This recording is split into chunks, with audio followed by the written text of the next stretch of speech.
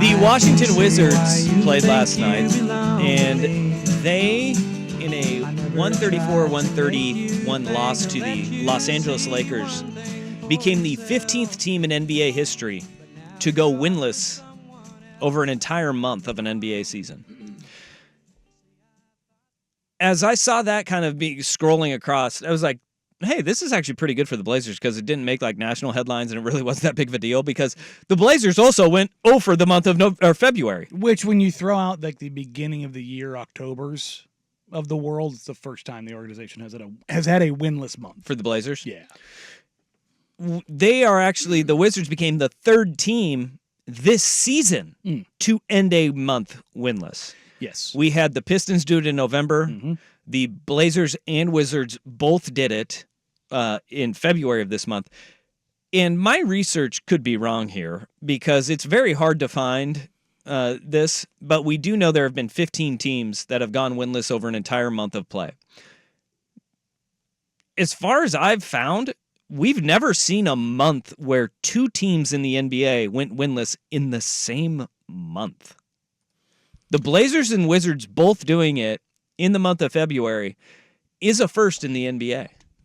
Yeah, I'm looking through here, and it looks like there was an 8-year run where we didn't see any winless months by any NBA teams.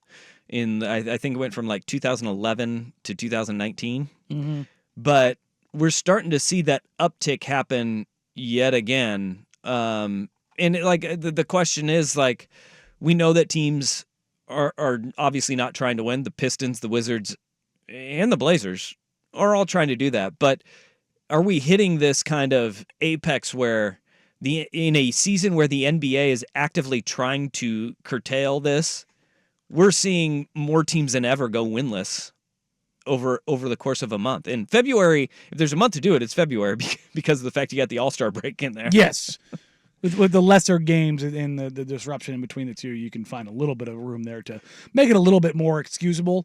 But the ineptitude is spiking across the board in the NBA as the difference between the haves and the have-nots is significantly more different. And what I find is I even more discouraging for the Blazers than it is for the Wizards or the Pistons is like we see this Blazers team having their flashes where you're like, they're not that bad. The closest they came to a win was that overtime loss to the Detroit Pistons, of all teams, at home at Moda Center. You know, and you even when you're trying and you're fighting and you're scratching and clawing to get these wins, you're just not getting there. And for this to only happen 15 times in NBA history and 3 of them to happen this year, that's a pretty incredible number to kind of be staring us right in the face here, especially locally.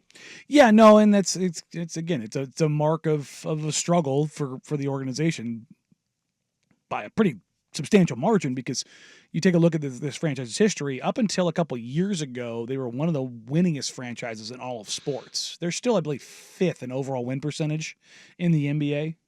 The Lakers, Celtics, Spurs, and Suns, I believe, are the only ones in front of them, which I think if you discount the Thunder and the Heat, which I think are right there with Portland, but they've existed for 30 years less.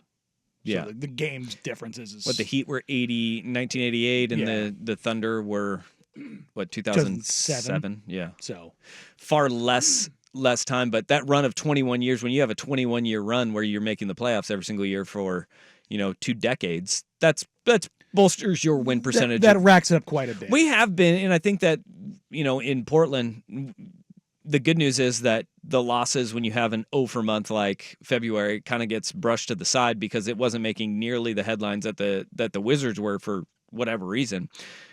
But that's the good part. The bad part is that I think the Blazers do get overlooked as an organization that has been very good because you only have one NBA championship. Mm-hmm. You have 2 other NBA Finals appearances, and that's it. The rest of it has just been consistently in the playoffs, but never getting over the hump. And I think you can make an argument that they were probably one of the 4 best teams, probably 10 times in the league. Yeah, well, the early and mid 90s, obviously, and then the early 2000s, absolutely. So you get obviously the title year, the year after the title, when they were 50-10, I believe, when Moulton got hurt, which Yes. kind of insane to think about.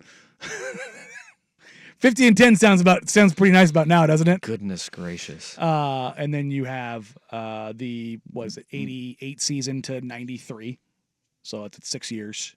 We're up to 8, and you can easily say 3, probably 4, from 98 to 01. Yet the franchise, because of what's happened since 01, Mm-hmm. I think a lot of people just have forgotten how good this franchise was. Historically. And the thing is, like, they had 3 losing seasons from 04 to 07. And there's only been 2 stretches. Well, this is now the third. This is the third year now that they have had a stretch of more than 3 years of losing seasons, from 04 to 07, the last 3 years, and then the first 5 years of the franchise's existence. Other than that, they have not strung together losing periods at all. Here's a question that I have. What has been lost in that for quite literally 4 decades prior to that? Mm-hmm. The Blazers organization is one where it has been a quick turnaround. Mm-hmm. What has accelerated this to the point where now we're having a lull that I don't know, it's not going to change next year either. Like it's not going to be some quick turnaround. No.